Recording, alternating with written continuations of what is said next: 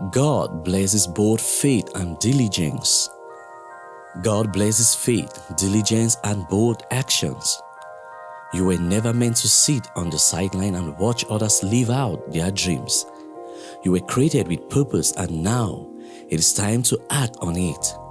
When you take bold steps, trusting in God, He has promised to do exceedingly abundantly above all that you can ask or think.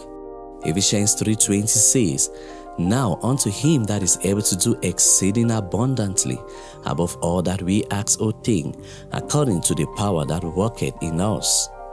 God is not limited by your imagination or your plans.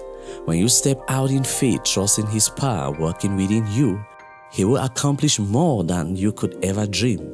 His plans for you are greater than your own, and He will guide your steps to surpass anything you could ask or think.